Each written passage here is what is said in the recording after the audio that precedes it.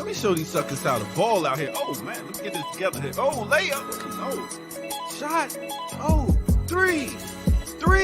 Oh, it's like Brick City out here. Mid-range. Oh, my goodness. I can't buy a bucket out here. I missed the whole damn basket. Oh, my goodness. What's going on, man? My game is looking trash. Oh, here we go. Black Power Media shirt. Now we cooking. Trees. I'm taking on 3 of y'all with these right here. Between the legs. Oh, my goodness. Behind the back. Layup. Oh, did he just do a reverse? He is in beast mode out here. I ain't got to look. It's falling. Oh, my goodness. This guy is going 3, 2, 1. Kobe. Nice. Black Power Media, baby. Nice. Empower yourself. Go get you some of that Black Power Media again. Right here, blackpowermedia.org. Yeah.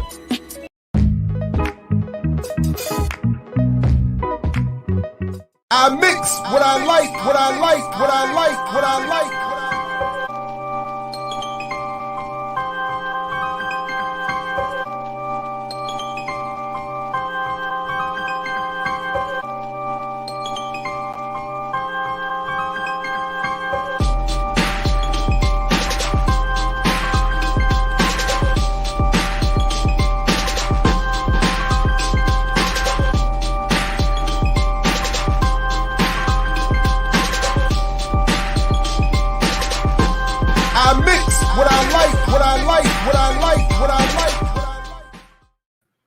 Yo, what's up, world? Welcome to another edition of I Mix What I Like right here, Black Power Media. Again, I'm Jared Ball. Happy to be your host, joined for the next little bit, at least, with my main man, Mtume Gant. Brother, welcome back to the platform, man. It's good to see you again, man. Been too long. Man. Let me adjust my sound real quick because I know I'm gonna get some feedback. So let me get this right here. All right, and here we go. We good right now. And okay, good. Yeah. And so first of all, I thought I had it right here. First of all, I owe you an apology because I do not have your bio in front of me. I thought I had the email. So please remind us who you are, what your background is, and oh man, that's messed up. I apologize. No worries, I thought I was ready. I was being slick and I got no worries at all. Yeah. Tell us where you are and what, and then I can't wait to get into this. Cool, for sure. Yeah, hey, no worries, man. You just came from another show, so I couldn't do that kind of magic right there, going from one show going into the next one. That's some slick stuff without a copy person wrapping around to give you copy in front of your face. I thought I had it set up. I thought I was about to pull something off here, and it just didn't work. I feel you. So my name is Mtume Gant. I'm here in Brooklyn, New York. I'm a New York native. I'm a filmmaker. I have a long artistic background. You can see music back here as well, but mainly I'm a filmmaker. I'm also an assistant professor of film at Purchase College in the State University of New York. Where I focus mostly on film production, teaching mostly film production, but I would say even getting into the neatness of that, I teach mostly what I call visual literacy and cinematic visual literacy, so students can understand how images are made, both in how things are being translated to them, but also how they can translate images, so forth and so on. I do some work in cinema studies. Mostly I focused on leftist cinema, or what people call third cinema. In the past, I've focused classes in that, some classes in Black cinema, and also some in things like improvisational forms in cinema. I'm not a historian. I don't consider myself a film historian, though I am a cinephile, but I do, I understand film and how it, and so when I teach those classes, breaking down the aesthetics, the sensory, the form, the content, and also some of the historical stuff that I feel prepared to talk about in those contexts. But that's me. I also used to host a podcast called Within Our Gates. I haven't done that for a little bit. And a lot of other things. I have a long background in art. So, that's the quick one that I can think of right now. No, well, I appreciate it. Thank you very much. And I'm very interested. I got to give one more apology because I just saw a text that we got another repair issue. Somebody's coming to the house, so I might have to jump off and just let them do their thing here in a minute. But it won't be a long absence. And anyway, yeah. So let's get into this, because I said in the morning show that I loved reading this. Mm-hmm. You sent me 2 pieces. Yeah. But this is over my head. Okay. So for an Imperfect Cinema, I think the link is already in the show description. I'll make sure it's there if it's not already. By Julio García Espinosa. And what I'll do to invite you to say more about the context is just to say here that this is originally from a piece in 1979, an interview for a review of contemporary media. Mm-hmm. And I just thought it was fascinating, but admittedly above my head. So if you would just give us a quick overview of what it is that the Imperfect Cinema is looking to address, and we'll go from there. Cool. Well, there's 2 ways I could do it. The one way is I actually planned on doing a kind of like breakdown point by point a little bit, to a degree. Like it'll be kind of crude. It won't go like super into it, because unless people want to read with it actively, but I don't want to make that demand of people in this moment. And I actually had highlighted things to kind of like give a good overview and pieces to read. And then I wanted to like really kind of transition that to a longer conversation. But I think the way I'll distill it, I think we'll get into some really good conversation with it, because it can be a bit, I think, if you're not familiar with kind of third cinema politics that were really, really, I think, prevalent in that time. People aren't really talking about this as much as they should be in these days. So I think if you were really familiar with that time, some of those things would kind of resonate immediately. But I kind of want to first talk about Espinosa though a little bit, because I think that'll also give some context. So Julio García Espinosa was a filmmaker in Cuba, and also screenwriter and educator. During the revolution, he was very much a part and adamant supporter and member of the Cuban Revolution in that time. My cat in the back piece, say what's up to him. And he was really at one of the. Wait, what's the name? It's my cat Seal right here. Seal? Uh-huh. What's up, Yeah. Seal? Yeah, Seal wants to be involved. This is Right interesting because he doesn't always do this, but he definitely wants to be involved right now. But Espinosa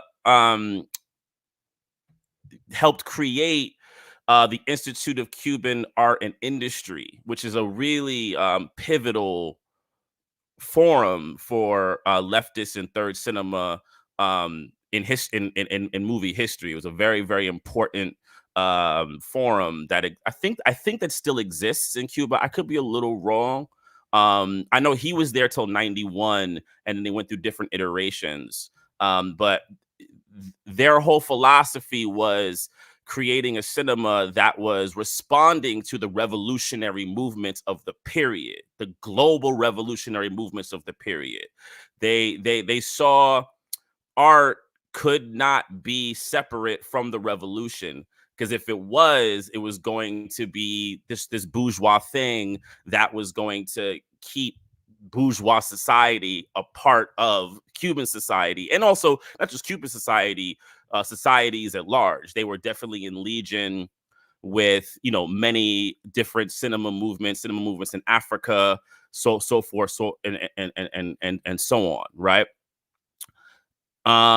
So Espinosa, his essay for an Imperfect Cinema is an essay that I actually teach a lot.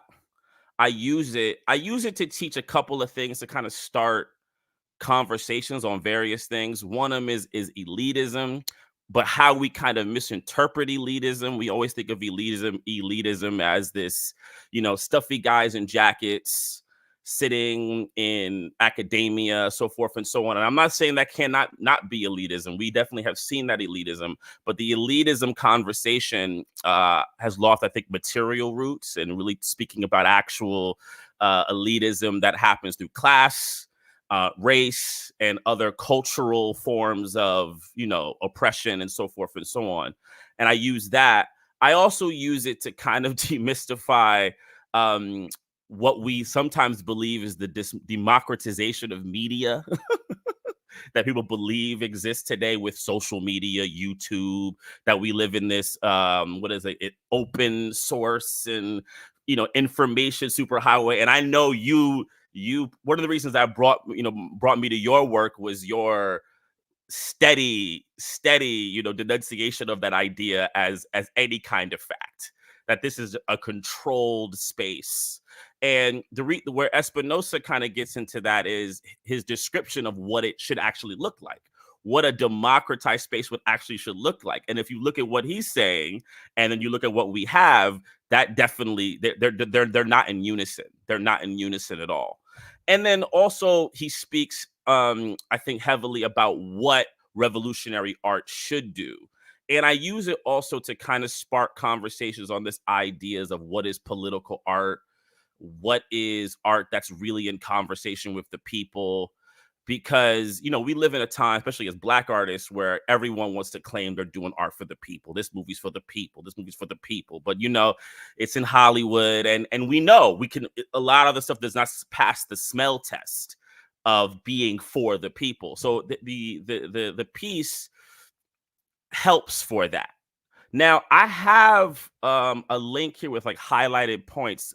I don't know should we put it on the screen while I talk about it, or should I if you want, especially that will be helpful, especially since I gotta make a quick run outside. So if you want to put, but I can hear you while I'm gone. So I'm not missing that part. There's a Google Doc link I just sent you in. If you could put this up and then wait a minute, I don't have access. You don't? All right. Oh, how do I give you access? All right, I just sent a request for access. Okay. I don't know if that will. I don't know. Oh, you know what? I'm gonna send it to you again. I'm gonna give it to anyone with the link because I don't want one in my email. So is your question is what you're going to do? Because my first question is is it possible to produce, particularly within the machinery of Hollywood, a product that is for the people? Is that even possible? Never mind I'm gonna say in short, no. Okay. In short, I mean that to give like an in short like comment, no, it's not. I don't believe that is possible these days. But so the only issue we're gonna have when I quickly run out is that I can't. Okay. You won't be able to move the text. Move the text. Okay. So if you want me to put it somewhere for the quick moment. Yeah, if you do it for this quick moment, we can leave it right there where the first highlight is, and then I can talk from there. All right, and I'm listening, and I will be right back. Cool, for sure. Yeah, go. Cool. So, getting into the piece a little bit, the piece kind of starts off about how a lot of art that was coming out of what they would then call the third world, or the decolonized world or the revolutionary world, was celebrated, but it was constantly celebrated under European standards of aesthetics, right? Like how much, if a piece could achieve a kind of aesthetic quality that was akin to the European palette of what is good art, that it would be accepted. And Espinosa starts the essay kind of immediately challenging that notion and saying that we kind of need to separate ourselves, or the Cuban people need to separate ourselves. Or really, I think he's talking about to revolutionary people in general, people who are in a process of decolonization. So that's why when I listen to this, it resonates for me. But separating yourself from European standards and also European approach, right? When we understand that European standards and approach are the foundation of our subjugation and our oppression and colonization. So if we are using the standards of the very people that colonize us, we're in a bad spot. And he begins the essay with that thought. He then steps, to what I think is like questions of the future, right? Because he begins talking of, actually, I'll read it. And then we'll go from there. But what happens if the future holds the universalization of college level instruction, if economic and social development reduce the hours in the workday, if the evolution of film technology, there are already signs in evidence, make it possible that this technology ceases being the privilege of a small few? What happens if the development of videotape solves the problem of inevitably limited laboratory capacity? If television systems with their potential for projecting independently on the central studio renders the old infinitum construction of movie theaters suddenly superfluous, what happens then is not only an act of social justice, the possibility of everyone to make films, but also a fact of extreme importance for artistic culture, the possibility of recovering without any kinds of complexes or guilt feelings, the true meaning of artistic activity. So to kind of distill it crudely, what he's talking about here, he's speaking about really, if you think about this in the 60s, cameras were getting smaller. We were starting to make some kind of advancement in technology, broadcast technology, television, so forth and so on, ways that the ability to make films were becoming more rapid. And because they were becoming more rapid and there were more cameras being made and more access to cameras, there lived this idea that, more people would be able to create art and create cinema, because early cinema was something that people didn't really have the ability to do in mass. Cameras were expensive, or they were hoarded and things like that.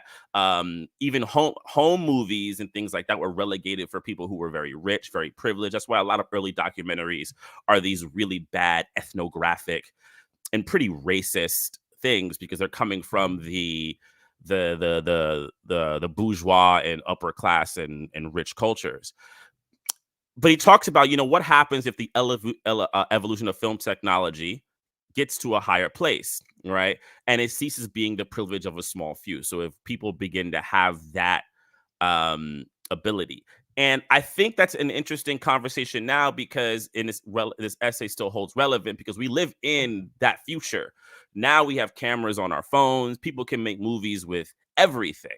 They have infinite ability, to do a whole lot with really elevated technology. And there is and also the ability to share that, now that we live in an, back then people could only watch films in a movie theater. You had to go with a communal experience to go see, movies. And there was a time, especially in non-revolutionary world countries, where movies were things only for bourgeois people or people with money, where you could go to the theater, you could afford that to be able to go see these things. Now, what if that happens if now people can go see things in their home, which is what we have now, or social media? Now people can watch anything everywhere, and we now live in this very interesting reality where people have that ability to do a whole lot. I'll keep going on this next line. I think it could also kind of help, because he talks about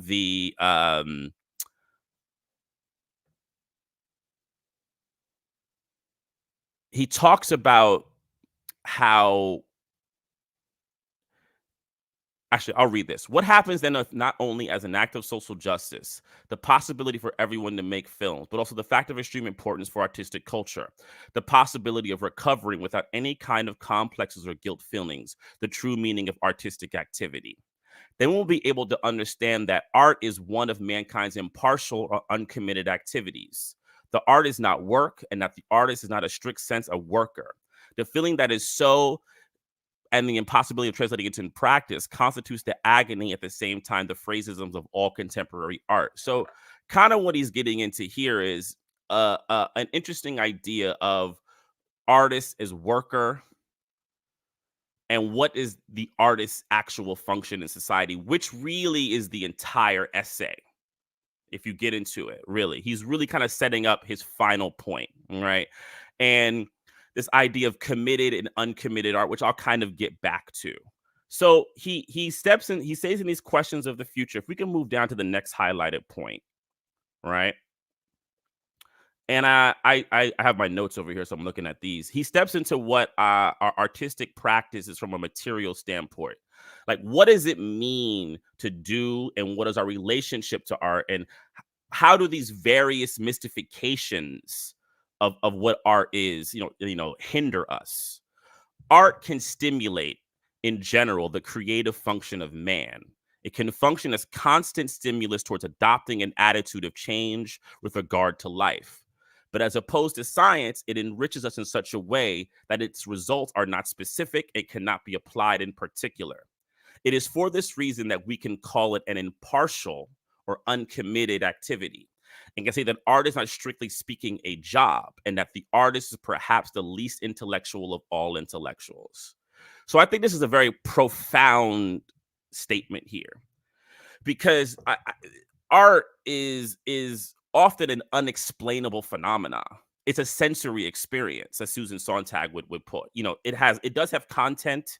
It does have form. It can be traded, especially in our modern society, or purport to be traded, like stuff like, what is it?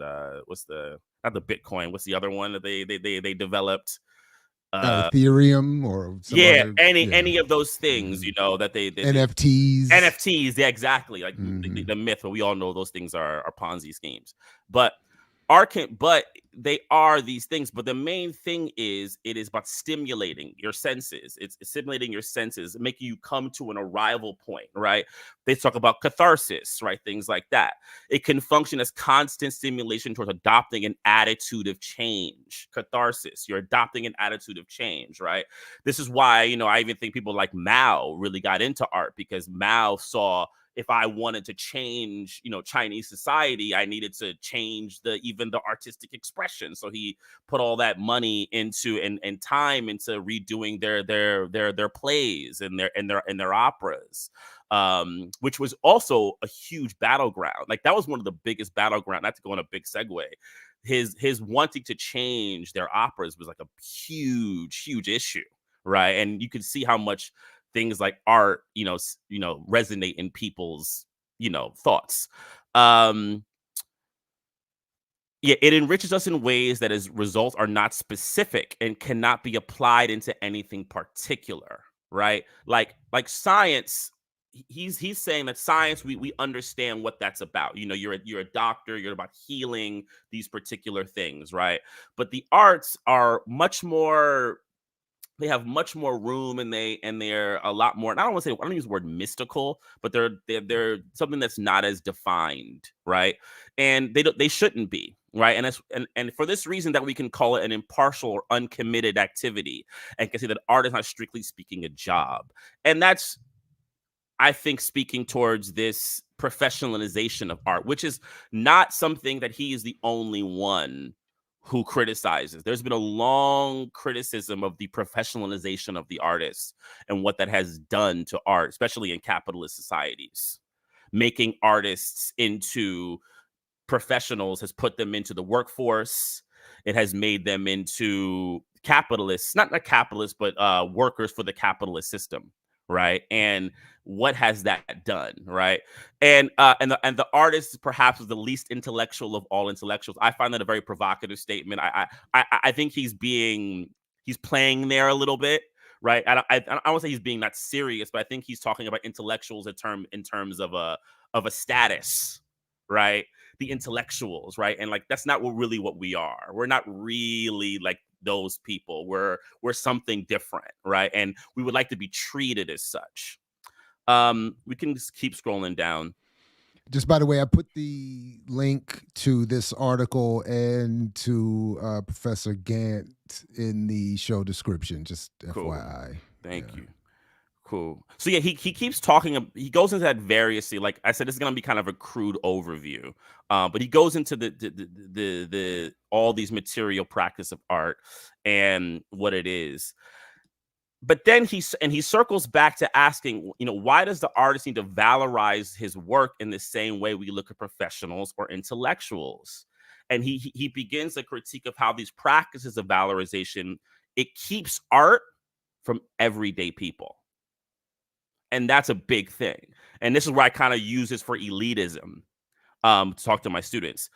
And the task currently at hand is to find out if the conditions which will enable spectators to transform themselves into agents, not merely more active spectators, but genuine co-authors, are beginning to exist.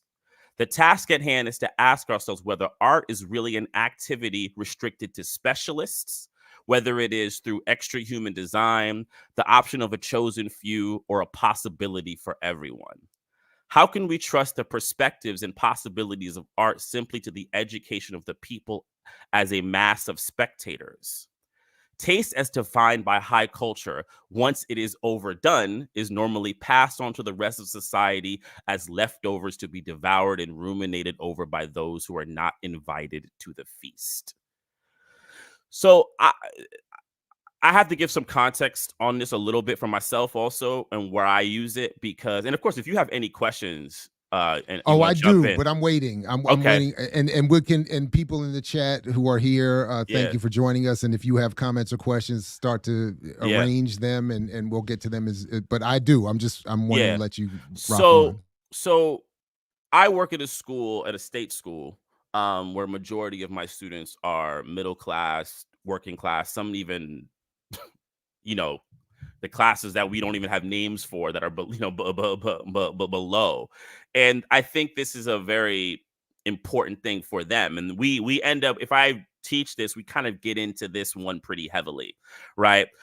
And the task currently at hand is to find out the conditions which will enable spectators to transform themselves into agents. So this idea of spectators, right? The people who watch, but I don't think he's just talking about the people who watch. I think he's talking about the people who are not allowed to define what cinema is, right? They're not actually involved in that. So they're a spectator, right? I'm allowed, even when I'm allowed to come in, I'm still a spectator. Even if I'm allowed actually to even make something, but the producers or the studio determines the conditions of how I create a work, I'm still a spectator. I'm not an agent, right?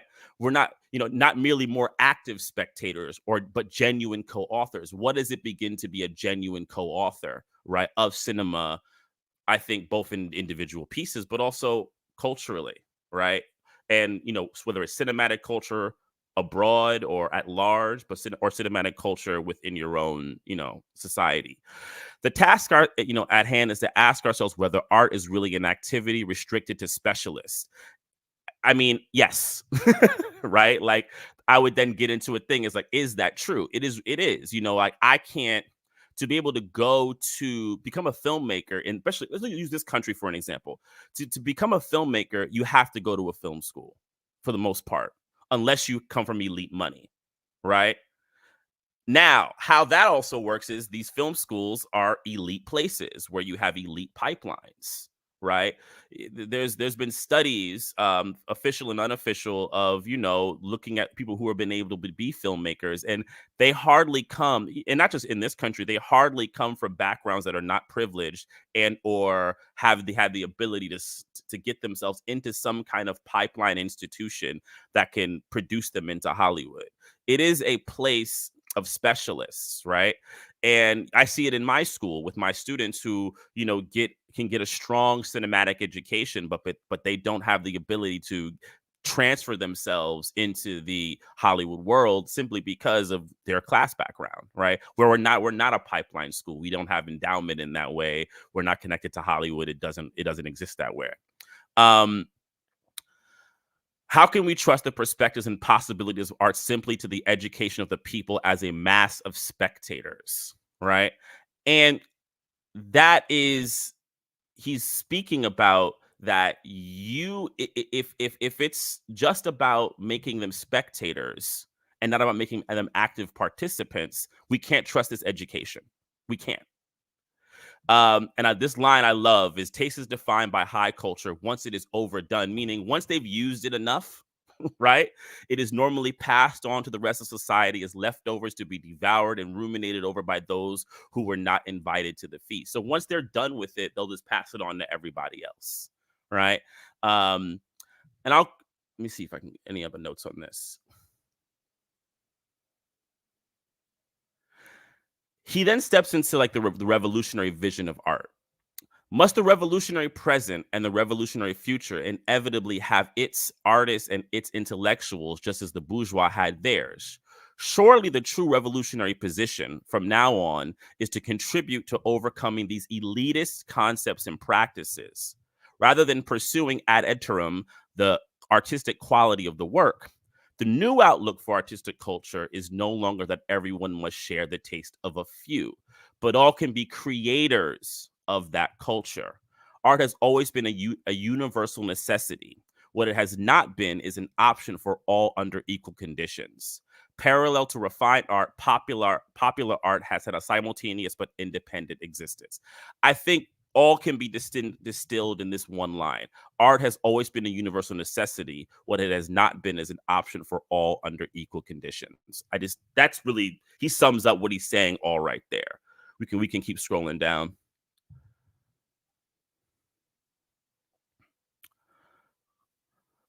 So he gets into this discussion of popular art versus mass art, which I think is one of my specific questions. So this is perfect. Yeah, and I think this gets into. There's a couple of ways to look at it. Some of it is shifting of definitions. I think he's definitely borrowing from different sources here. People like Walter Benjamin, Frankfurt School, and things like that. And I think some people use these terms kind of they change things here and there, but I can get into that a little bit, but I'll read this out. Popular art has absolutely nothing to do with what is called mass art. Popular art needs and consequently tends to develop the personal, individual taste of a people. On the other hand, mass art or art for the masses requires the people to have no taste. It would only be genuine when it is actually the masses who create it, since at present is art produced by a few for the masses. Grotowski, now the person he's quoting is Jerzy Grotowski, who was a theater artist, a very important theater artist in the 50s to maybe through the 80s or even early 90s. And he did a very radical form of theater, but it was almost monk-like. Everything was about kind of going into the woods, and we just kind of create art for in a corner, and if people want to come see us, they can. And I have a lot of respect for Grotowski, but I do have my issues with that kind of monk-like division of art, and based on what the quotation he has here. Grotowski says that today's theater should be a minority art form because mass art can be achieved through cinema. This is not true. Perhaps film is the most elitist of all the contemporary arts. Film today, no matter where, is made by a small minority for the masses. Perhaps film will be the art form which takes the longest time to reach the hands of the masses. When we understand mass art as popular art, art created by the masses. Currently, as Hauser points out, mass art is produced by a minority in order to satisfy the demand of a public reduced to the sole spectator and consumer. To me, the key lines are what I was talking about before is film today, no matter where, is made by a small minority for the masses. And it is true. I mean, it is an elitist camp. And I spoke about it just a second ago.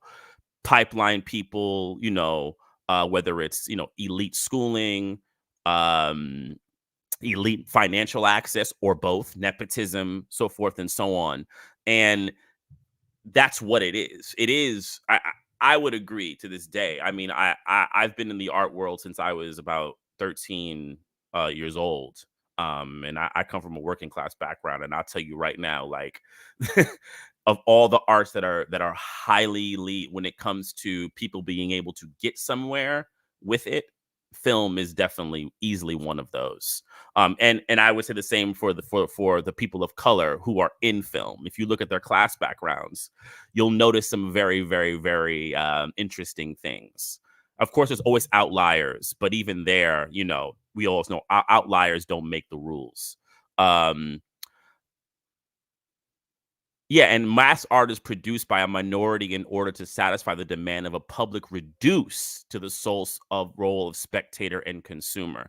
Now, the interesting thing about this one is I think it's still true, but there's a way, I think, with social media and the myth of democratized arts, and everyone can be an artist with a YouTube channel, so forth and so on, that people don't think that they're spectators and consumers much anymore. They think they're actually fully bought in active participants when they still are spectators and consumers, right? And we can kind of get into that. And I have a feeling you agree with that already, to a degree, we can scroll down. Yeah, I think so, except notwithstanding what we're doing here, because obviously this YouTube platform is very different. Oh, no, and I agree. No, I hear you. Playing. Well, no, but I think this is a good, I think this is a great point, though. I don't, it's not to say that anything that someone would produce on YouTube is you're living in a hoodwink or a trick. But it has to do with how you're participating in it. Now, I think we have to constantly interrogate, though, how we are participating, and not like, oh, I did this, I'm totally free of it. We have to, and I know you have to constantly do this I was just interrogation. Joking. But in fact, because one of the notes I have, and I mean, I do mean for us not to stop and to come back to it, is to raise that question. The fact that all can now create does not guarantee in and of itself a diversity in production. And I think, in fact, to the point of the Frankfurt Schoolers that impacted me at one point very heavily, I think that the idea that what we think we are producing of sort of a free and independent consciousness and will is, in fact, a response to what has already been implanted and encouraged among us to begin with. So... Yeah. But I'm sorry, but please, I was just making a little joke. Go ahead. Thank you. No, cool. So he gets to, I think it's interesting here where you begin to start applying to today's contexts more. He talks about the spectator. Am I in the right part? Yeah.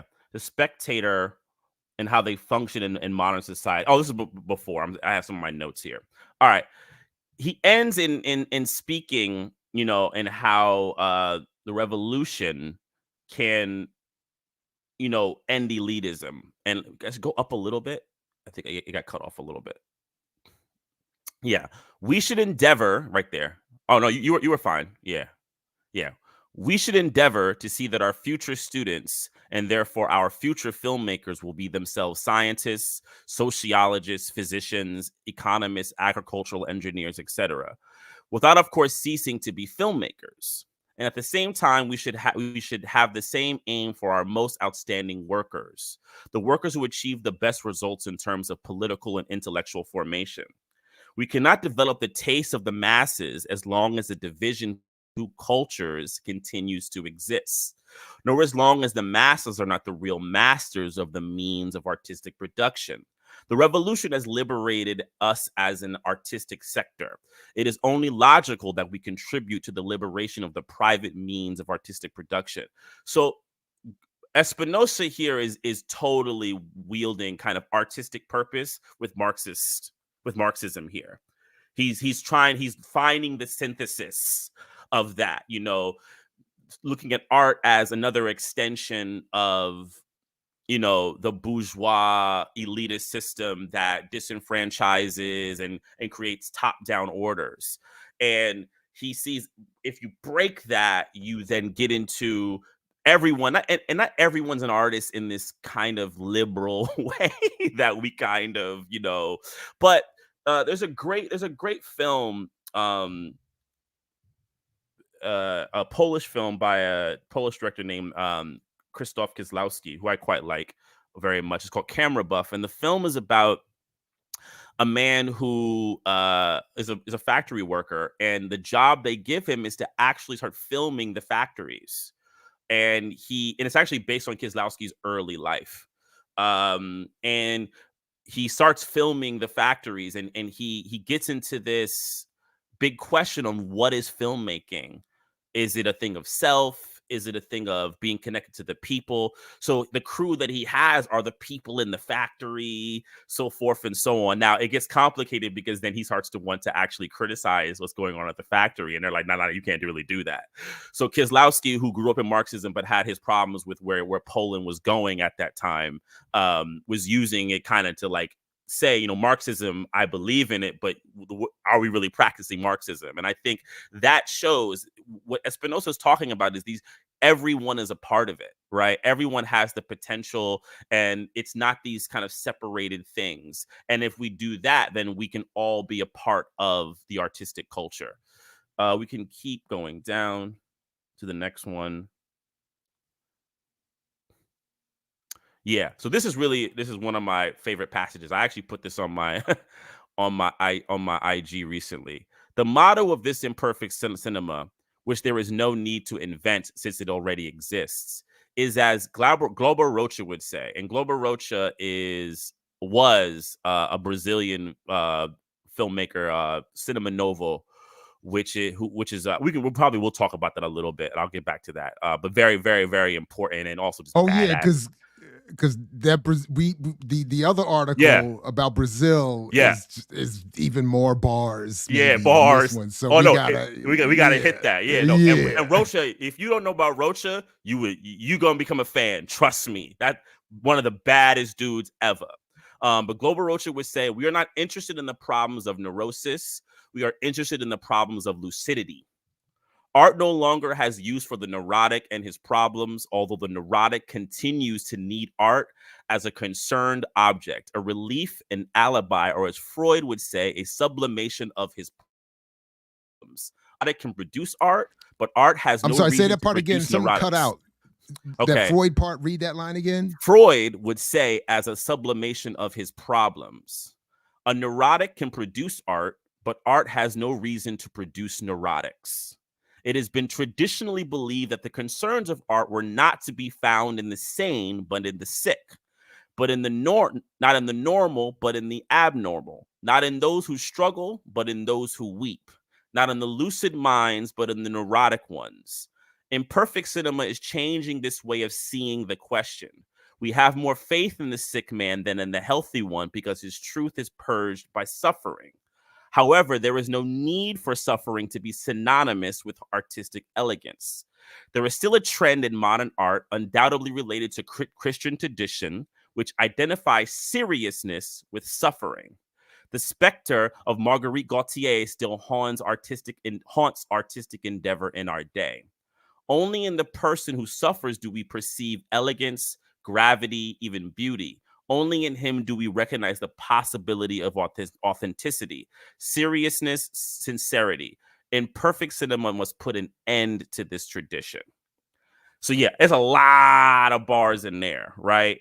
And Rocha, I think I have to speak a little bit about Rocha to kind of get into this. Who we're going to get to whose article we're going to get to in a second. So yeah. But I just want to speak a little bit about him. Rocha was part of the Cinema Novo movement in Brazil, which was a completely revolutionary cinema, one of the leading revolutionary cinema movements of all time. And Rocha had this thing about violence, but he wanted to recontextualize violence, and we'll get to that in a piece. And Brazilian films before Rocha, one of the things that were constant were this idea of suffering and the weeping sufferer, and these and we're familiar with them here. The films, the liberal films where they cry over the sad slave and the poor worker, really also what the roots of melodrama and really what melodrama is and I'm oversimplifying, but I think I think it is part of it though. Melodrama's biggest issue is you have problems individually, right? And your individual issues. And if you can overcome your individual issues, you can be a successful human. Now, as Marxists and as revolutionaries, we all know that's BS. If you're not talking about the material conditions that made you suffer, then it's invalid. It just doesn't work, right? It's a fallacy, right? And that's what Brazilian cinema, pre-Cinema Novo was. And they were like, no, we know that the world has problems, but we want to talk about the conditions that create the problems. But also, we also don't want them necessarily to succumb to the problems, or if they succumb to the problems, it's about the fight that they've had and how their fight was destroyed, right? Because his films don't have necessarily happy endings. His film Black God, White Devil is a very, very, very, rough ending. Yeah, exactly. Black God, No, White we Devil. need a whole new movie list. One of my questions for you is like we need homework assignments, Yeah, movies to got you. watch. We need to Oh, I schedule you got to it. come back so that we can start watching these collectively. Like I because the got you. last time we talked, man, it's just every time we communicate, it's like a mind blow. I got So you. so all right, okay. Got you. So but where Espinosa continues on is this idea of the changing of seeing this question, neurosis, right? So melodramatic films, the person is neurotic and things like that, and can they solve their own neurosis? And there's like, we're not interested in that. We're interested in the problems of lucidity, right? What's the problems of lucidity? The people, when you see the world for what it is, the world tries to tell you that it's not what it is. And then we try to fight against what it is. They try to destroy you, right? And that's revolutionary. That's a revolutionary art process. As long as the stories fit within that framework, you're doing it. And Espinosa continues it, talking about the trend of modern art, related to Christian tradition, talking about, kind of Christ, right? The idea of the sufferer and things like that, and the noble sufferer and so forth, and he brings up the Marguerite Gautier from I forget the Camillas. She's a character of like noble suffering, right? And how these have become the standards of how in these societies, especially in their societies, how people interpret how art should, and how great characters should be portrayed. And he thinks, imperfect cinema has to put an end to this tradition. We can scroll down to the next one.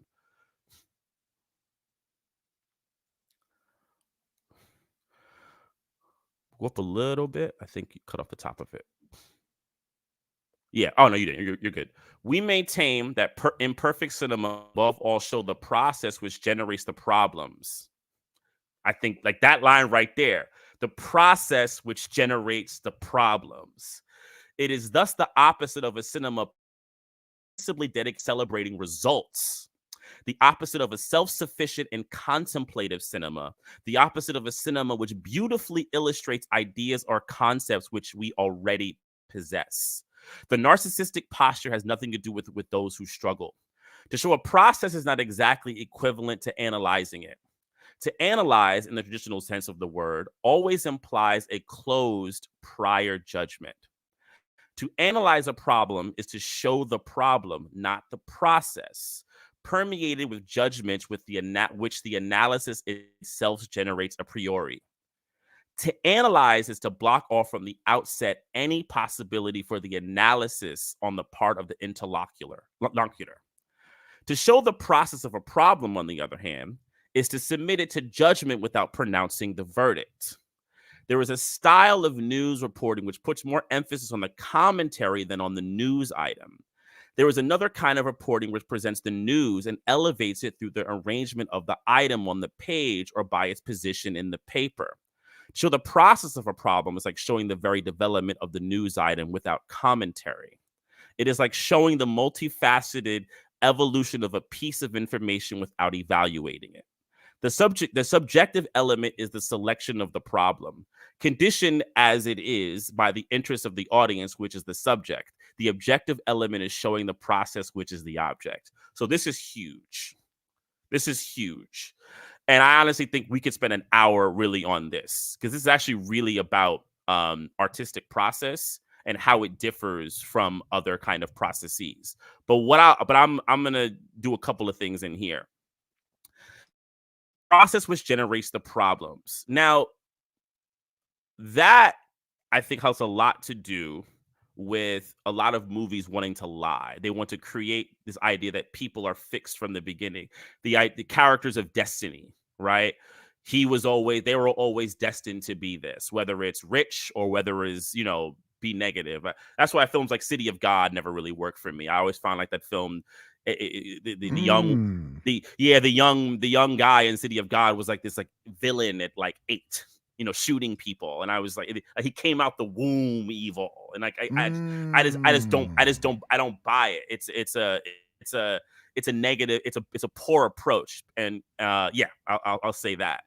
It is just the opposite of cinema, principally dedicated to celebrating results.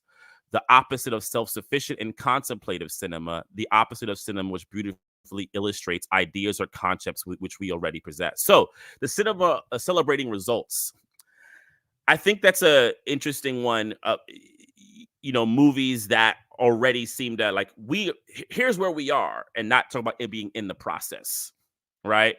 Self-sufficient, right? Kind of, my own, I'm going to figure it out on my own, right? And contemplative cinema, being super contemplative, but like really not going anywhere, right? Lost in thought experiments, right? The opposite of which beautifully creates ideas or concepts which we already possess. Beautifully illustrated. I think he's talking about the aestheticization of these things, it becoming a kind of aesthetic practice rather than a showing process in a kind of what he would later talk about ways that could be crude or rough. Because he talks about this narcissistic posture has nothing to do with those who struggle. If you want to beautify struggle, it has nothing to do with us. That's for somebody else. To show a process is not exactly equivalent to analyzing it. So this is really interesting. And this is, to me, I think what makes cinema very different than other forms. To analyze in the traditional sense of the word always implies a closed prior judgment, right? And he's talking about you trying to get to somewhere on the back end, right? To analyze a problem, to show the problem, not the process, permeated with the judgments which the analysis itself generates a priori. To analyze is to block off from the outset any possibility for the analysis on the part of the interlocutor, right? He's talking about you're blocking off the people involved being able to kind of go through a process on their own and being able to kind of get through that. Go ahead. Okay, so this is a good, perfect example of where I need help. So actual grip slipping from me. So for instance, when you because I've been staying out of the chat, but I did catch a little bit after you said what you said about City of God, and I agree with what Ricky said, that that everybody says we're supposed to see that movie, and I've never heard anyone criticize it. Yeah. But is this an example of what you mean? Or what you were explaining, because the process by which, there goes the thumb, the process by which African people in Brazil are able to be shown the process of the colonization and the previous enslavement is erased. Yes. And all we get is the symptom of this young boy in full-fledged gangsterism. Yeah, exactly. And so the people are themselves, to your last point, or to Espinosa's last point, is the humanity in the process that reduces a child to that is erased. I mean, it's all that's erased. Okay. 100%. Yes, that 100% with the City of God thing. I mean, it's like Juice, right? Like Tupac's character is just crazy, right? He's just crazy. Like Juice. Well, we are meant to see him go through a slight arc. But you're right. Yeah, I get it. You're right. But at its core, the conditions which made these young men get into, because I don't even think Juice if you think about it as a container, is a bad story. It's a story that we probably know. Dudes get into something and then like it just goes awry and then people change. But it's not about. It's still about them as individuals, and we can easily cast off Pac's character as just the crazy dude on the block. Right. He's just crazy. You know what I'm saying? Right. And Omar Epps' character as the one who's going to get out. And we root for him because why? He has a way to get out of it all. And, but what also Espinosa is saying is to analyze the problem is to show the problem, not the process permeated with judgments, with the analysis itself generates a priori. To analyze is to block off from the outset of any possibility for the analysis on the part of the interlocutor, the spectator. The fact that you're basically telling them, this is what I want you to know, rather than they can sit within it the artistic work becomes much big, and they're like taking pieces from themselves and trying to figure out, I was actually talking to someone about a film. I forget which film it was, and I told him, I said, what I loved about the film was I was able to sit with it and decipher various things about the world around me on my own terms a bit too. Right? They were guiding me, but like I didn't feel like they were telling me this is what you have to think, as much as this is what the world is. Now, what does that make you think about? What does that make you consider about the life that you're living? Right? And I think this is really what Espinosa is talking about, right? This kind of, and if you connect it to the idea of elitism, he's speaking about the elite cultures are pushing you to think certain things, and we have to kind of stop that, right? And he continues it with showing the process of a problem, is submitted to the judgment without pronouncing the verdict, right? It's like the audience then becomes juries. They become people who can spectate and think about it, and which I think also just creates great conversation after a film. We've experienced films like that when you get out of it and it's been so, you've been empowered as an audience member, where now you and the people who you went and saw it with can litigate not the film, but the thing that the film is talking about, right? The world that it's showing us, and we can sit here and we can really begin to go through a process of like self-analysis or an analysis of the world around us. Let's keep going down. I think we're almost at the end of it. Yeah, these are the last couple right here. So he keep all the stuff in it. I mean, I encourage everyone to read the essay. There's things that I'm skipping over, and I'm even, there's ways that you can kind of even go even in more in these arguments. I'm giving kind of a general overview. But imperfect cinema rejects exhibitionism in both literal senses of the word, the narcissistic and the commercial, getting shown in established theaters and circuits. It should be remembered that the death of the star system turned out to be a positive thing for art. There is no reason to doubt that the disappearance of the director as star will fail to offer similar prospects.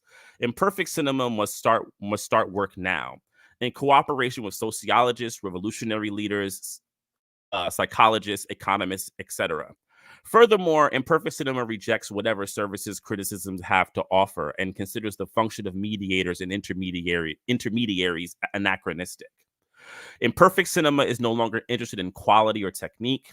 It can be created equally well with a Mitchell or with an 8mm camera, or in a studio or in a guerrilla camp in the middle of the jungle. Imperfect cinema is no longer interested in predetermined taste, and much less in good taste. It is not quality which it seeks in artistic work. The only thing it is interested in is how an artist responds to the following question: what are you doing in order to overcome the barrier of the cultured elite audience, which up to now has conditioned the form of your work? So this whole section is him speaking about what imperfect cinema does, right? And some of it I can say can be somewhat unique to the particular situation of Cuba at the time, but I think the sentiment there is wide ranging. And one of the things I think is important here is this line: in cooperation with sociologists, revolutionary leaders, psychologists, economists. And this is interesting because there was a time, I think, in that period in the 60s, and this is something where I like to talk a lot about, in the 70s, during that revolutionary period, where those filmmakers were directly connected to the revolutionary scholars and actual revolutionaries. They were friends. They worked together. They supported each other. And I actually find one of the reasons why I have such a criticism of political cinema of today is it seems to be totally devoid of political activity and these types of people who exist today. And I do think this is a two-frontal issue. I don't think this is like just the filmmakers' fault or just the revolutionaries or the scholars' fault. I think it's an issue. We've been, but I think we've been purposely separated. We've been purposely separated, and and it's a huge problem. And then I think is there any more there? Go down. So just quickly, no, that's it. I think. Oh, and I want to, Yeah. and then like the last line is very art will not disappear into nothingness; it will disappear into everything. And this is kind of his call that, and if you have to think about this line in the revolutionary context, right? If your country's in a state of revolution, and we don't want art to disappear. We want it to disappear into everything. What is everything in Cuba? Everything at that point was the revolution. So they want art to disappear into revolution, and art is really just to be a part of the revolutionary process. All right. That's why I love the emancipatory journalism approach to media making. It's supposed to be done consciously as part of revolutionary activity and activism, not and I think challenges the tendency to separate, as you were just describing. Yeah. But before we bring in some audience comments and questions, I want us to because I know we both have to be out of here in an hour. So I want to, we gotta, because the browser can't access your screen. Oh, why is it saying that? All right, I don't have time to get into that. So let me do it this way. I don't know why it's telling me that. Okay, so let me do it this way because I want to, and then we have to figure out a way for you to share the article, or for us, I need you to reshare. We need to figure out a way for you to share the article that you sent as a PDF because I don't. Oh there's yeah, no yeah. link Let to me it. let me see if I can find one. You're talking about the Rocha one. The Rocha one, because let me see if I can find it. Because and we're gonna have to try to do it this way just to have some visual of it here. But I moved myself. Yeah, I just it's crazy how good this thing is, and it's very short. Yeah. So I just want to, I don't know if people could see, but I've almost underlined the whole damn thing. So why don't you tell us a little bit about who Rocha is or was, this piece, The Aesthetics of Hunger, and then oh man, it's just got so many bars in it. Yeah, go ahead. Yeah, so Rocha, like I said before, was a Brazilian filmmaker, revolutionary filmmaker, and he would have called himself that. And he was part of a movement called Cinema Novo in Brazil. That was a third cinema, revolutionary cinema movement. Rocha, I mean, to give a brief overview of his life is pretty crazy. I mean, he actually died quite young. I don't even think he lived to 50. Mm-hmm. But he lived in constant protest of where Brazil was. He was exiled, all types of stuff. I mean, his films are films about the continued struggles of Brazilian people. And but then he even kind of, some of his later films, he kind of gets into world struggles. He has a great film called Lion Has Seven Heads, and it's about a group of Latin revolutionaries who go to help an African revolutionary overthrow the Europeans. And it's a wild movie, right? And he was also about form and how breaking European form. Now, Rocha's interesting because he was early on very loved by elites like the Cannes Film Festival, so forth and so on. And I do think he was always dubious. He was never like, okay, if they're going to show my work, I'll let them show it. But but then when they started to show their true colors, he was not shy in like telling these people that they're racist, imperialist, all of it. And there's actually a great video. I'll send it to you later of him going off on all these filmmakers. This person says he's a Marxist. He's really this. Like, he's in the middle of it after a festival. Like, Rocha was, but also Rocha's been like used a lot. Martin Scorsese says he's a huge fan of Rocha. He actually admits to using Rocha's aesthetic approaches in movies like Mean Streets. There's actually a video. Yeah, there's a video. I'll show you. So He that talks means about his whole career, because he's basically been remaking Mean yeah, Streets for his whole, his whole 40 years. career. Yeah, and you know what? And Scorsese, he would admit this, but also like there's another conversation. A lot of those guys were flirting with the with what they saw as the aesthetics of revolutionary work. And leftist film, all of them from Coppola, and they grabbed a lot of it and threw it into their work, and you know, all of them, the Schrader, all of them, and they would, all their influences are these very leftist people, but they took the aesthetics and not the politics. Wow, yeah. Yeah. So because, well, look at, I mean, Rocha, in this article, he starts off by saying, I prefer to discuss the relationship between our culture and civilized culture in less limiting terms than those which characterize the analysis of the European observer. Thus, while Latin America laments its general misery, a foreign observer cultivates a taste for that misery, not as a tragic symptom, but merely as a formal element in his field of interest. I mean, this is just... And then, but the real bars, I when wonder he said... Go ahead. No, I wonder if it's what you're going to say, what I say, what I think, but go ahead. Well, to me, the real bars come in the next couple of paragraphs where he says, for instance, Cinema Novo reveals that violence is normal behavior for the starving. The violence of a starving man is not a sign of a primitive mentality. Cinema Novo teaches that the aesthetics of violence are revolutionary rather than primitive. The moment of violence is the moment when the colonizer becomes aware of the existence of the colonized. Only when he is confronted with violence can the colonizer understand through horror the strength of the culture he exploits. As long as he does not take up arms, the colonized man remains a slave. The first policeman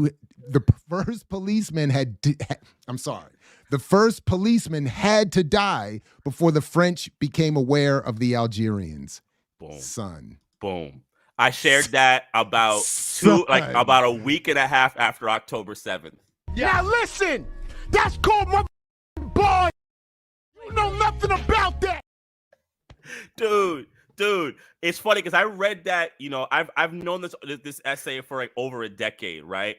And I was like, I go back to him in moments. And I was like, oh, I forgot about this. And if you go to my IG, it's right there. That paragraph. And I mean, he's fundamentally correct. And it also is so applicable to right at this moment. But another thing that it hit me was what I wrote under my IG post was, this is an example of how toothless so much political art is now.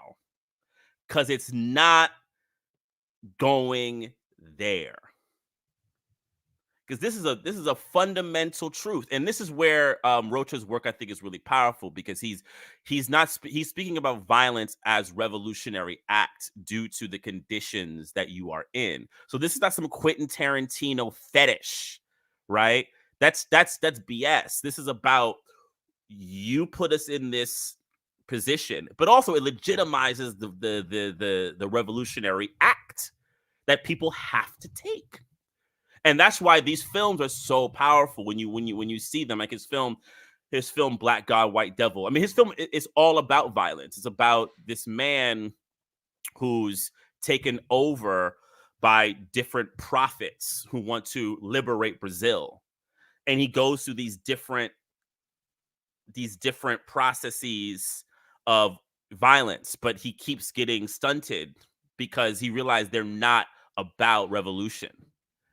And you know, and it's, I mean, it's a powerful film. It's actually, if you're in New York, it's playing in film form starting on Wednesday. And it just got a restoration. That was another thing about Rocha's work is, and I always thought it was on purpose, his work has not been restored. It's only recently been restored. And I'm telling you, if you know people who know Brazil, there's many people who say he's hands down Brazil's best filmmaker. So his work has not been restored at large. Like, come on, like, like. It's just too hard for him. It goes too hard for him. Yeah, I mean, the aesthetics of hunger is, but it's a piece that speaks to what revolutionary cinema has to be, right? It has to be a piece about decolonizing. I mean, this is Fanon. He's Wretched of the Earth. It's all in there. And This is George Jackson with a film camera, you know, yeah, with an editing bay. This is so okay. So again, I'm just going to keep saying we have to make this has to be more routine. We got to hear 100. from you more often. I don't mean to put you on the spot, but I do. Because this to me is just fantastic. Every time when I used to listen to your podcast, every time you come here, it's every time you send me something to read. Yeah. So I need, I definitely want, you could take a minute if you want to pick one. I want us to like really pick one or two films that you're saying to me, to us, watch this. And then we're going to talk about it next time. You can let me know later if you want, but for right now, the one question I want to ask, and then I'll invite others to resubmit any comments or questions. So when you say, for instance, you don't see the political film of today doing what it needs to do, one, I'm wondering, well, where is that political film? What do you mean? What are you defining as political film? And then sort of what I was asking earlier, how would a Roca film get made? Mm-hmm. Or no, that's not my question. How would we see it? Because I think it's more likely to be made today, but I think it's equally likely that we wouldn't even know it got made and wouldn't have access to seeing it. So that's where I kind of wanted to shift if we could. Well, I'll start with the first one. I think you talk about what is a political film, so forth and so on. Well, I go largely by what people like to claim to be political films. People like to claim they're making films about politics. So forth and so on. It's not even really me saying, "Oh, this is a political film," so much as like they're marketing it or promoting it as a political film. So that's what I'm thinking about first. And I'll speak about this purely from I got to interrupt. Like, did you see How to Blow Up a Pipeline? I did.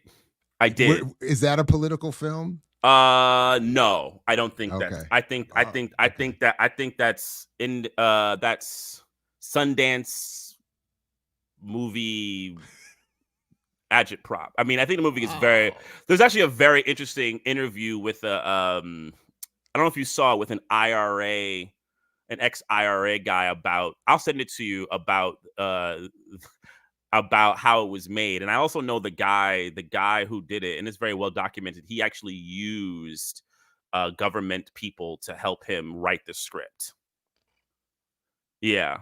And the film, so I did hear that. So because that was what people were telling me, because I actually appreciated the film, but so people were saying, but it was set up. It's a setup. Yeah. So, but also, right. I think it also has some issues. I think where it purports. Yeah. I'll bring it to Espinosa's essay. Right. It doesn't go through the process honestly. It kind of gives a false dream. Right, they're just all going to kind of figure it out. The solidarity will be approached, and this and this and that. That's just a very liberal kind of way of approaching real politics. And I know you've been involved in organizing spaces for longer than I have, right? And we all know, like, yeah, we know that some of the flaws in that, and I get it. So I don't want to relitigate my argument, but I'm happy to hear the criticism. But that's fair. That's a fair point. But I think in doing that, it's creating a dream state. It's not putting people through a revolutionary process, and that's what Sundance movies do. Yeah, exactly. He went through all the process, and like he said, he feels like it's dangerous. It's dangerous. And I watched that, and I'll send it to you. And I was like, ooh, because I don't know anything about that type of stuff. But when I saw that, I was like, ooh, that is okay. I could see that. And, the things like Sundance and institutions like that are interested in these pieces because they make these things into myth. They mythologize them and essentially make them things of weird, like, dream states and not actual on the ground. So I end up thinking they're not being productive in that way. Right. So like a movie like that. So, like, for instance, and I'm getting a couple of questions here. Like, what about Boots Riley's work? I Am Virgo, which I really appreciated. I haven't watched I Am Virgo. I will say one of my biggest challenges. Sorry to bother you. Yeah, go ahead. Yeah. One of my biggest challenges with Boots, and look, his personal politics align. I have a great respect for him. His music, I was a fan of the Cool before people even knew who he was. So I'm a long follower of him. One of my biggest issues with Boots, though, as a cinema maker, is that he works in complete Hollywood production form. Hold on, say that again. You glitched. He works he works in total Hollywood material production completely. He creates Hollywood dreams in the way that he goes through the process. He doesn't engage with any of this leftist revolutionary cinematic thought and process and approach. His approach is completely Hollywoodized, right? So where I may agree with his points, I think the form and the delivery system of does, I think in the end neuters it. Is my opinion.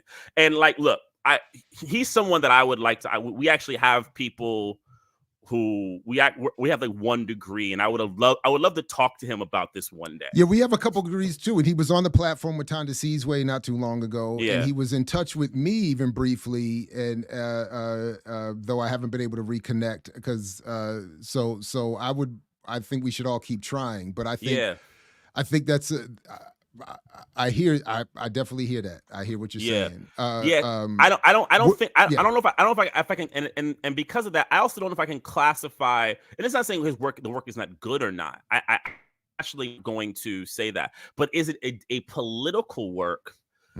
Maybe with a small p, but is it it's definitely not a revolutionary work. So that's why I was asking, because I could hear the response being, well, he has to do it in a Hollywood way to get it in Hollywood, otherwise nobody would see it. And then that was the original question I was asking you. Then does that by default make it not revolutionary and not work? Because I'm always saying that's where I don't.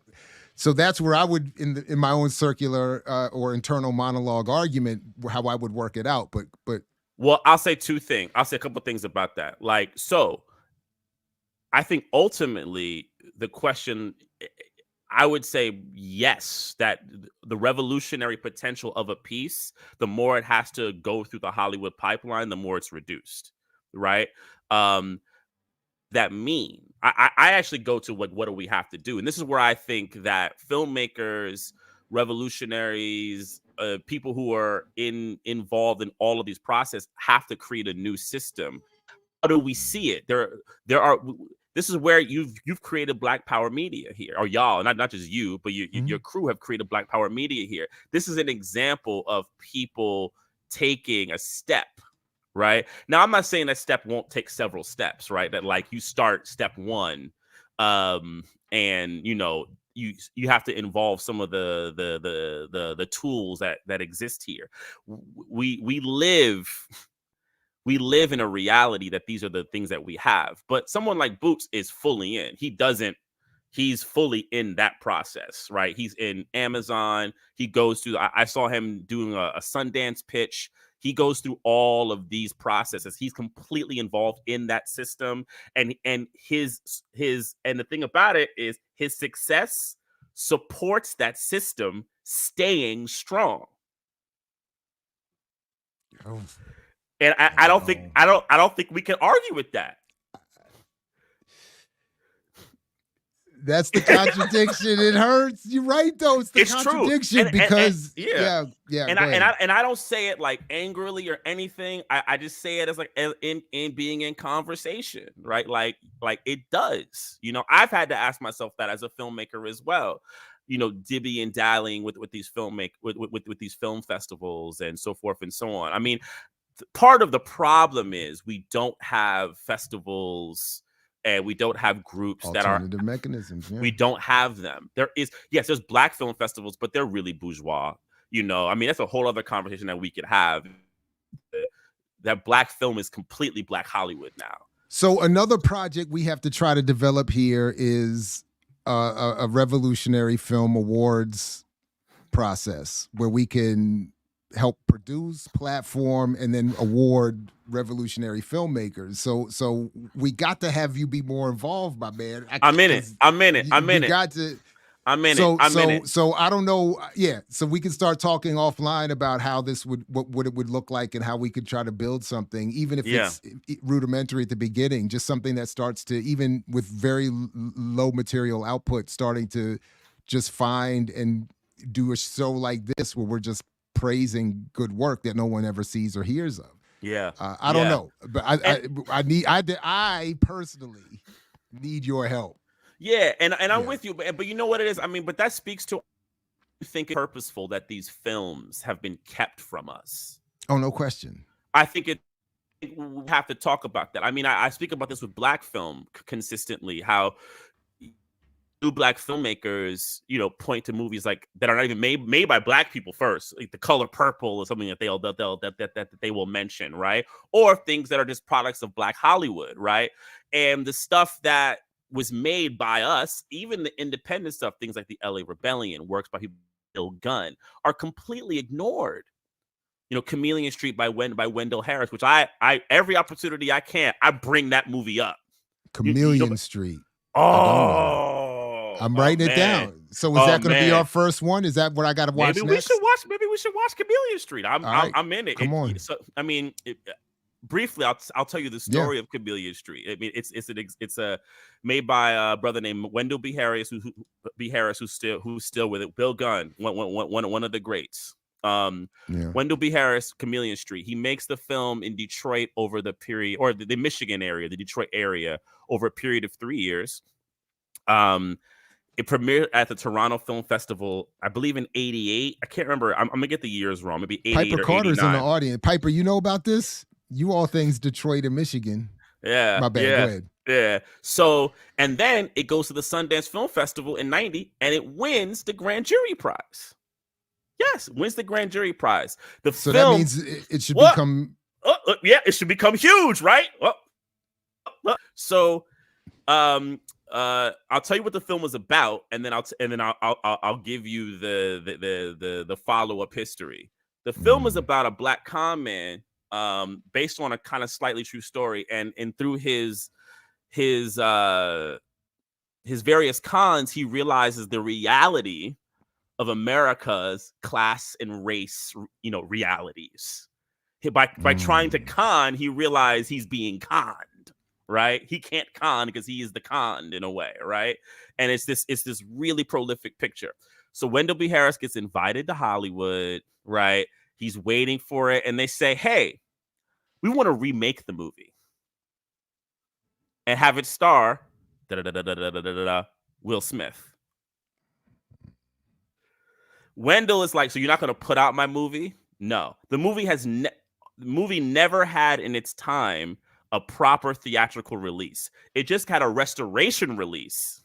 Yeah, it's probably on there, probably a lower copy. But he also has re-released it now, a new restoration. It's on Criterion Channel, various things right now. I'll look to see some other places. You can definitely rent it also, and I would advise supporting it. Wendell's still around, and this film is a big deal.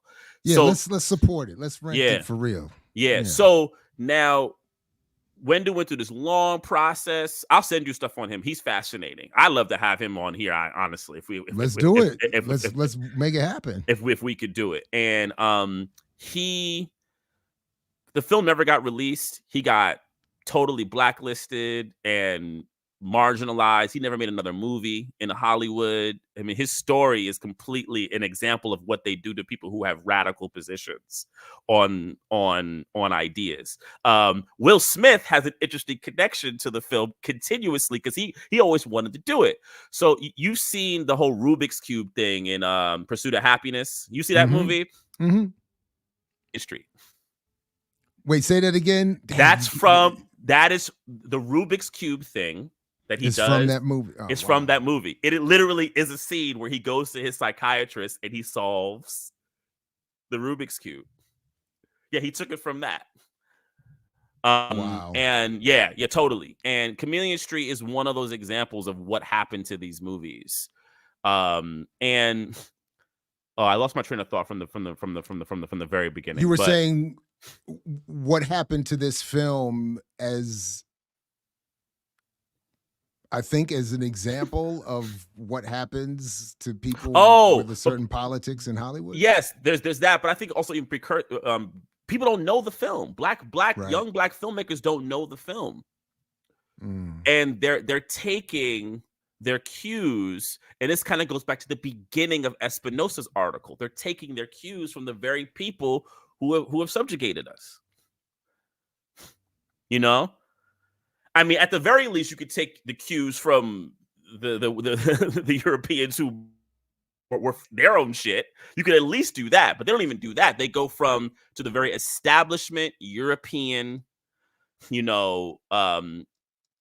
forms to try to create things that work within the Hollywood system, and that is counter-revolutionary. Now, the other thing I think with politics is like, I kind of have to go back to like a Walter Benjamin thing, right? A little bit, where he talks about how we're in this period where we aestheticize politics, right? We talk about fascism aestheticizing politics, so making it, things like Call of Duty is a real crude thing. So about aestheticizing politics, right?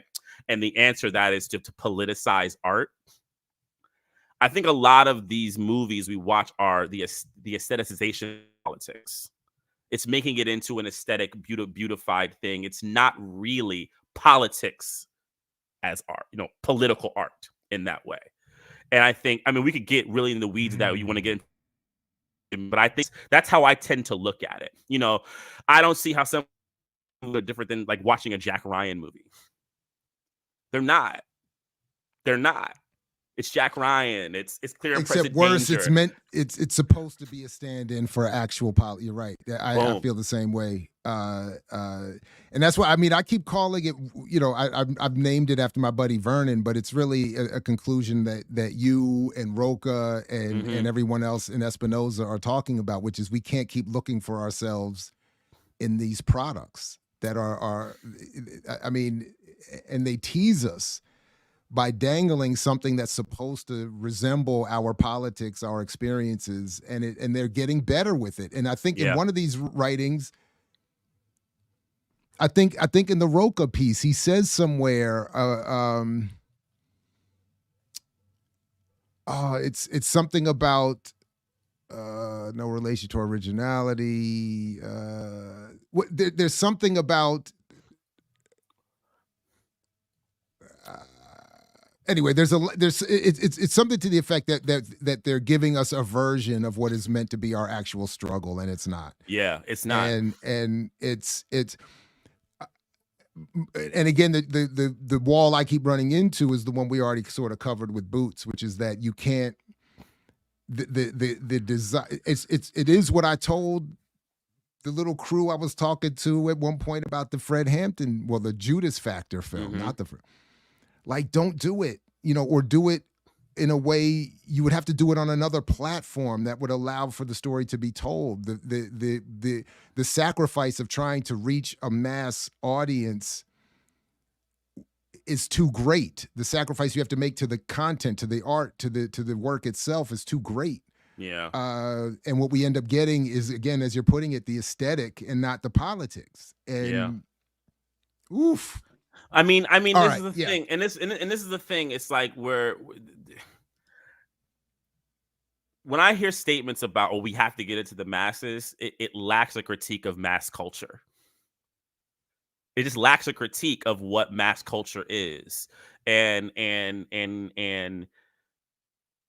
it's funny, is I feel like people are speaking on both sides of their mouth sometimes, because they'll acknowledge the negative aspects that mass culture has on people and rounding them up and manufacturing consent, but then we'll like participate in it, and even participate in when the elite people who tell you what can and what can be said, what can or cannot be said, in taking out what they think is not good. A book that you actually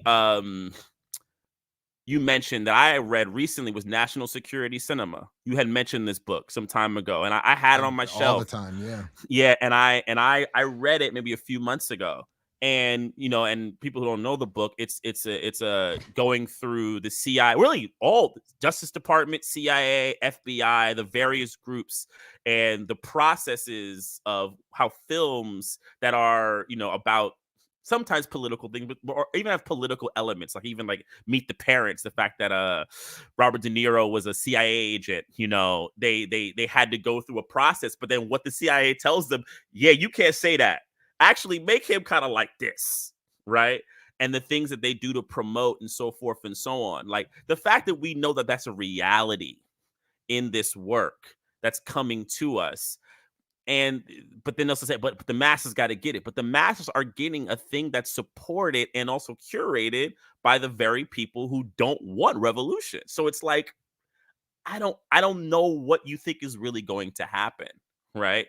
It's a yes, were there periods in Hollywood where people were able to slip through things time and time? I think there were films. I mean, I think that's a film history thing we can get into, and Hollywood is not static, right? But where Hollywood exists right now, Hollywood is as conservative as it's ever been. Hollywood is is an extremely conservative, formulaic system that does not venture from things. And just because we have representation of groups does not mean the politics have grown or no, it is not, right?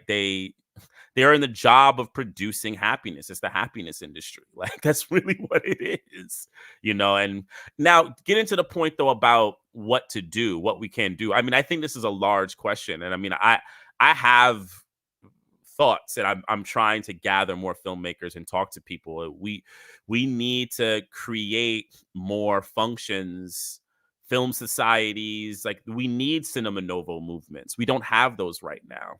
I talk to filmmakers offline about this, and I'm hoping that some of the stuff that's happening now, like, did you hear about the stuff that happened at the documentary festival in Amsterdam, and the filmmakers pulling out?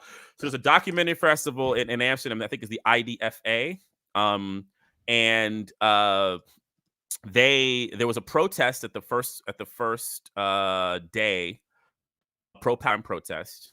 And the IDFA sent this real, both sides, really bad statement about Palestine. And it was really disrespectful. And filmmakers have been pulling out and writing statements saying, like, I'm not with it. I'm not with it. I'm not with the IDFA. I'm not with it. I'm not with their stance on this. So I'm hoping that filmmakers begin to kind of look at these festivals and understand from them for what they really are. They are establishment spaces, right? And yeah, I'm not saying you shouldn't screen your film there, but what I'm saying is that we need to then think about what are spaces that can actually support, that have political positions, because film festivals exist in this thing where we can be politically neutral, which we also know that doesn't exist. Politically neutral usually just means you're observant to the state. You don't want the state to bother you, right? The establishment line is you don't want to break that. So I think filmmakers need to get into that. Now, films are expensive. Now, that is a whole other conversation that, but I think if you go back to Espinosa's piece, where he talks about imperfect cinema and cinema really needing to have all this grandiose money to be great. Mtume, let me ask this question, and I got to go run and answer this, and so I'll be listening on the way out. But please respond to this. This is the part I was talking about. Yeah. In Roca's piece. Basically, this is the situation of the arts in Brazil. Until now, only lies elaborated from truth, the formal exoticism that vulgarizes social problems, have been communicated in quantitative terms, provoking a series of misunderstandings which are not confined to the area of art, but rather continue far beyond the political domain. What distinguishes yesterday's colonialism from today's is merely the more refined forms employed by the contemporary colonizer. Meanwhile, those who are preparing future domination try to replace these with even more subtle forms. It's to me, that's what you were just. Yeah. And I'll be right back. Sorry. Let me go. Let me find that piece. I'm trying to find it myself so I can look through it again as we're speaking. Where is that basically? Let me find it. Sorry about that. I'm gonna find this piece.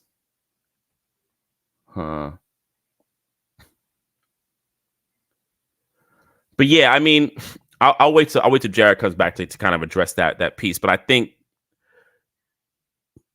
what Rocha kind of came to, I think, towards the end was he realized that these places were not going to be homes for their work. And I think that there was a lot of conversation at that time. What will happen? I think what then if you look at Cuba as an example, the ICAIC, I think that's why I'm saying that correctly, created institutes and their own functions, Havana Film Festival. And Havana Film Festival at that time was about revolutionary art. And it was supported by the revolution. And there's a way that we're going to have to start connecting the revolutionary art to the artistic movement really, really strongly in cinema. I know it happens in other ways with visual arts, and I think in some ways music, but I think it's a larger conversation because we also see where music definitely is not genuinely a part of the revolution as well, though a lot of people like to purport that they're like revolutionary musicians. But cinema needs a movement that's connected directly to the political movement that is. And so it has to do with the film festivals. Now, when it comes to film production, that gets a little tougher because, money, right? And that's an answer that I won't even try to like do on my own right here. Like, how are we going to fund revolutionary films? But I think part of the answer also is backing away from this bourgeois expectations of what films are supposed to look like. Hollywood blockbusters, it needs to look like Black Panther. And I also have my criticisms of those forms also. And that's a whole other, because like this is, the problem with art isn't just a content one, it's a form one, it's a sensory experience one. We can, I mean, Espinosa talks about that as well. And I mean, I actually think that's the one that no one really wants to talk about, is how are we experiencing films? How images are delivered, how we're sitting with images, our attention span, all that type of, I deal with that with my students, right? That's yeah, you're making that face. Yeah. When I'm in my visual literacy courses about what is an image, how long can you look at something, you're watching it on your screen, right? And then you're doing something else. Are you really involved? What are these pieces becoming? In my courses, this is really what I speak to my students heavily about. Cinema is many things, but one of the things that cinema really focuses on is time. It's creating a scope of time and a perception of time. So in 2 hours, you watch a 2-hour film, right? And say like it's The Godfather, you go 30 years. Godfather Part 2, you're going in 2 different things. So it's manipulating time, right? In a way, or presenting time, right? In a particular way. So with that, if I'm watching a series of shots that go super, super quick, I'm taking it's presenting a certain thing. If I'm watching a single shot that goes for, 20 minutes, it's telling me a certain thing, right? And there's no interrogation of that, how images are delivered to us, how we're being socialized to look at images a certain way that that people do not get into it. That's almost like an interesting bit of trivia. What would be the longest single shot in industry, Hollywood, mainstream history? Like, because when I watch the video breakdowns on YouTube that I like, one of the key points that they make, particularly in fighting scenes, yeah, is that it's 100 cuts. Yeah. Yeah. I mean, It's there like, was. I mean, let you know when somebody can't fight or somebody doesn't know choreography or they don't know what they're doing. I It's was 100 cuts. I was having this joke with an editor friend of mine about how when you watch the Bourne movies and Yeah, you realize that Matt Damon can't fight, he can't fight. the shots are like all up on his shoulder. It's all down, right? Right. I was like, juxtapose that with something like 36 Chambers of Shaolin, and you watch it like, Gordon Liu, like you seeing him do this stuff when he's hitting the ball. It's like you see his full body. I said, you never see Matt Damon in a full wide shot throwing a kick. He's not getting Bruce Lee hits, and it's hilarious. And it's just cut after cut. You can't even see what's going on. Where is everybody? And it's really bad in my opinion. But we get used to it, but then also what people are not able to process. I deal with that with my students when I have to show them, films from the 1930s, silence, or even films from like 30 years ago. What our relationship to images now has done. I didn't know you had a dog. Okay. Yeah, Roberto got Yeah. a little jealous. There's a lot of commotion in the house, so he wanted to. He kind of bust his way. Yeah, Seal is sitting back here with me. He's hilarious. He's actually typically not that much of a botherer, not a botherer, but coming in when I'm speaking on camera. But the last couple times he seems to. Yeah, but today is particularly he's a little stressed. It's like we saw these people coming and going, and when that happens, he likes to get on laps and yeah.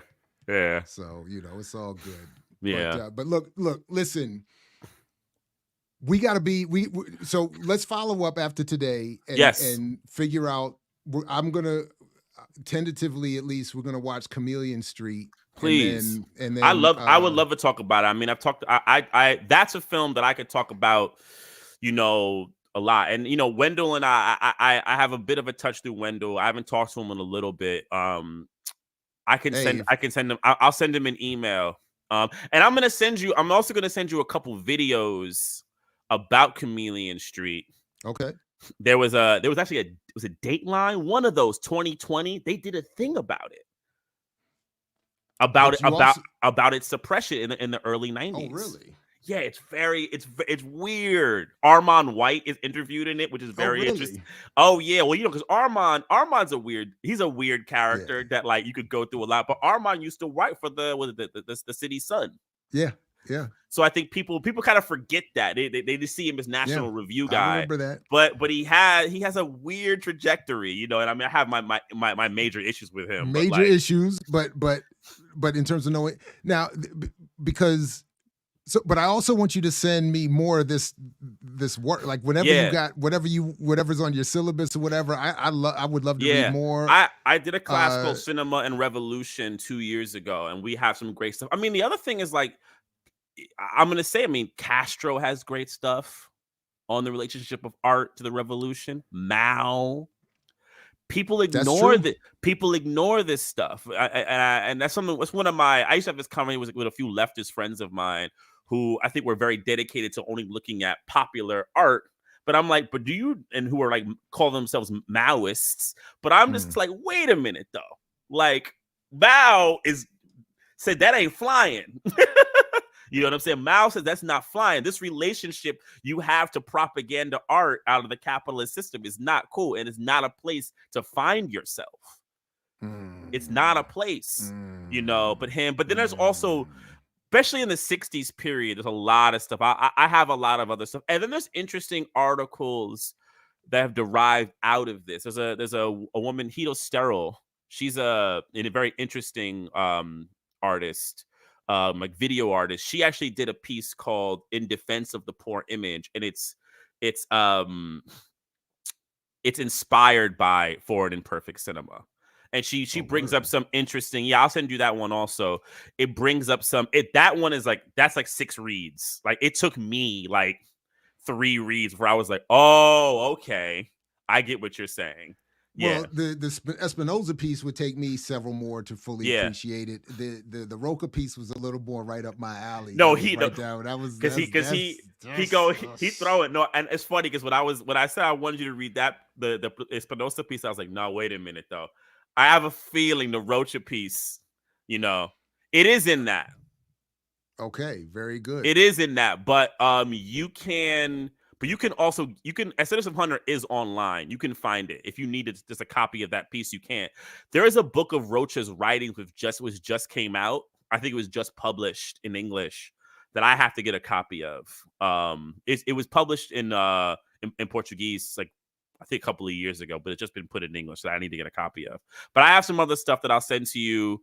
That I can think of, but also it's like a lot, and then a lot of the films. There's also like we even get into like Africa, Semben and Mambete. Yeah, I don't know. I don't know any of that. And they were a part of the process too. Semben, I mean, I don't know if you know. I mean, his films were really in, Black Girl. All those films are really, and it's all happening in this period in the 60s and the 70s. It's definitely happened, So yeah, I'm definitely down. Like, I do have one thing that's coming up in media. I'm having a daughter in a couple of weeks. So yeah, just a little thing, a little small life change. Just a small. So, congratulations. Thank you. I'm gonna bother you anyway, so just feel free to ignore. No, do it. But I'm also going on sabbatical. I'm also going on sabbatical from school, so I don't have that thing hanging over me. On that too. Yeah. So I'm just going to keep following up, and I really look, man. I appreciate you, man. I know we both got classes and picks. Yes, I got to roll. Congratulations in advance to you, yes. your partner, everybody, whoever, and I love it. I'll be in touch. Thank you very much for coming through today. Thank you, everybody. Peace. Peace. All right, everybody. Look, shout out to Professor Gant. It's been a long time coming. I really appreciate that he did this, and obviously that was dope. We have to get into all of that stuff. Yeah, I got to get caught up. Lucretia, on top of your sermons, you got some media analyses to help produce too, so... All right, good people. Thanks to everybody who joined us live. To those who will see this later, peace to you as well. As Fred Hampton used to say, only if you're willing to fight for it. And we'll catch you next time here at iMix What I Like It throughout the BPM platform. Please make sure you like, share, subscribe. Hit the bell so you don't miss anything. And Roberto, let's be out. Peace. I mix what I like, what I like, what I like, what I like.